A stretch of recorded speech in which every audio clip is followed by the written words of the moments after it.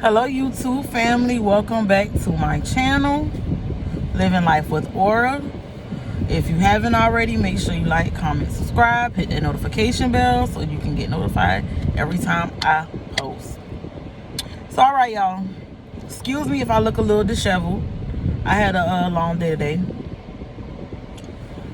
It was a good day though, not bad. It went smoothly. I went to meet a new client and that visit went well. If you guys don't know, and some of you, I am a caregiver and I work for a contracting company that contracts out caregivers, CNAs, nurses, all that good stuff. So it's my job to go into the homes of elderly individuals, sick individuals who need help performing daily living tasks that they're used to could be able to do but no longer can do anymore. So I go in and I help them. Some cases might be a little bit difficult. Some cases might not need me to do much. And other cases might just want companionship. But anyway, so that's what I do.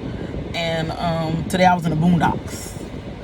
Yeah, so I was out in the country today, but it's good. I like it. I like the one-on-one care. Now, I've been contracted out to work in nursing homes before, and with that you don't get that one-on-one care, get to spend the time with the client. Is typically maybe one or two nurses or aides, and you know it's maybe like 10 or 16 patients at a time. It's different. I tried it. It's not bad, but I like the one-on-one care. I like meeting new people and going into the home to be of help. So yep, that's a little bit about what I do. So today was a productive day. Right now, if you guys don't already know, I am in the car rider line. So I figured I just pulled out my phone and kind of chit chat with you guys for a bit. Yeah. But it's a good profession to go into if you decide you want to be a caregiver or a CNA and whatever the sort. I always tell people, don't go into it thinking you're going to get a whole lot of money. You really have to have some passion behind it to go into the homes and, you know, help individuals. And sometimes you're dealing with patients that may have dementia, patients with brain injury. So it takes it takes patience, it takes love and passion to do what you got to do. Because sometimes you deal with a lot of different things. I've had some patients even a few times try to fight me. One client thought I stole her money. So, but you know, you gotta realize they don't understand. You know, when we get older, and we all gonna get there. You kind of get confused sometimes. I'm trying to find the right words to say. I don't want to say anything offensive, but you kind of get confused and you're not in your right frame of mind like you used to be. But you gotta really, you know, have patience, because you might be in situations where a client might want to fight you or think that you might have taken their money. You just gotta remain calm and be professional at all times. I experienced a lot of different things. You know, it doesn't bother me. I'm used to it. I know how to remain calm and redirect the situation and be professional. But I enjoy doing it and taking care of others. I've always been a nurturing type. Even when the time my dad was sick, I helped my mom take care of him up until his passing, and other family members. So it's just something that's always in me and I enjoy doing, and I have a passion for it. Yeah. Sorry y'all, it's hot. I'm trying to talk a little bit loud so you guys can hear me. I got my AC on. Cause, whew, Lord. It's one thing about it in Georgia. When it get hot, it get hot. Yeah, so. But today was a pretty good day.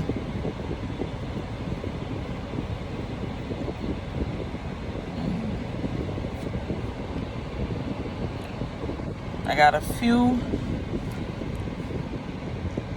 more minutes before my daughter gets out. I'm trying to figure out what type of activity I'm gonna have her do when she gets out of school today. Typically, sorry guys, you guys keep sliding. I don't have a car mount yet. Well, I had one, but My husband broke it. Long story, not finna get into it. But typically when she gets out of school, sometimes I might either take her to the park or I might let her play outside. And we've been having some really good weather here in Georgia, so she's been going outside these past few days. Trying to think what we're gonna do today. And after she does her homework, I get her settled down. She'll help me cook. I have no idea what I'm gonna cook today. Yesterday was a free day because we had leftovers because I made some spaghetti the previous day, and so we just ate on that. I didn't have to cook yesterday, but I took some chicken out, so I'm gonna figure out what we gonna do with that. We gonna make something. But guys, drop some different recipes or different things that I can make down in the comments below, because my daughter is picky. She's 6 years old and she's always been a picky eater. I'm one of those mamas, and I learned it from my mom. I cook. I don't just, not quick little microwavable things. I'm talking about I get in the kitchen and I cook. And I try to give her, healthy, well-balanced options. But she's a kid. She likes chicken nuggets, fish sticks, macaroni. So she likes stuff like that. And I try not to give it to her all the time, but I told her she's lucky. Because in my household, when you grow up, if you didn't eat what mama cooked, you out of luck. It wasn't finna be no separate meals going on. I'm not finna make one meal and have to make a separate meal like that. If you didn't eat what mama cooked, you was just gonna be hungry. That's how I grew up. So and I try to give her options sometimes, but yeah, she's really, really picky.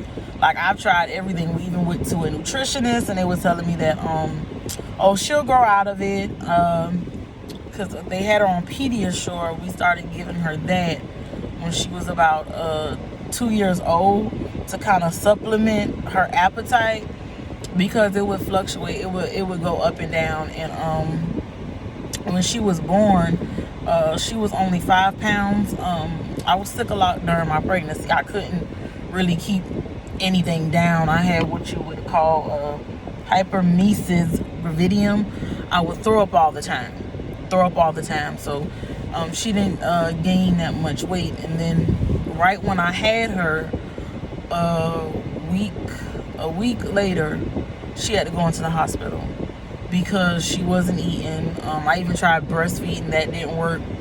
I wasn't getting enough milk. And then we did the formula and she wouldn't keep that down. So my baby been through it. And they had to give her medicine for that. That's why I said she's my miracle baby. Out of all my pregnancies, I had 3 pregnancies in total. My first one was my firstborn. My son, he was a stillborn. And then 2 years after, that's when I had my daughter.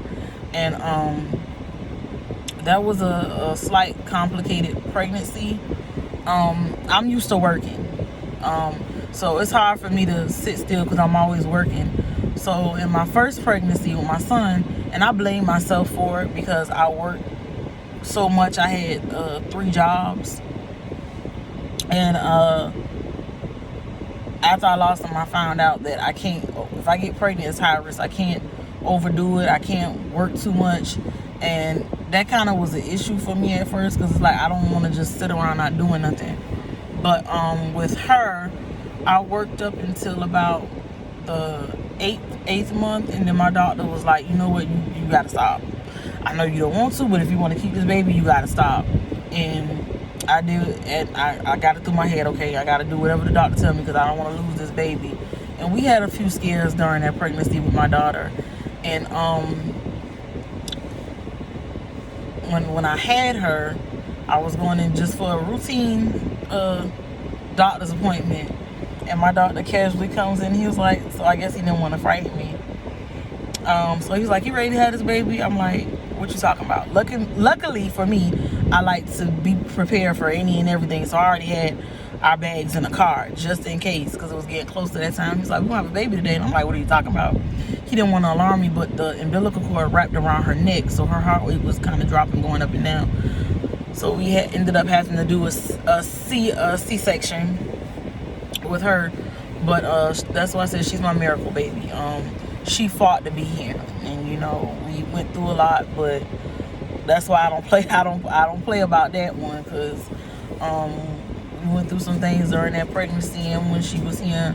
So she really did fight to be here. So that's why that's my miracle baby. In my third and last pregnancy, I had last year in June I had a miscarriage. So yeah, that's what I said. It was a little sad,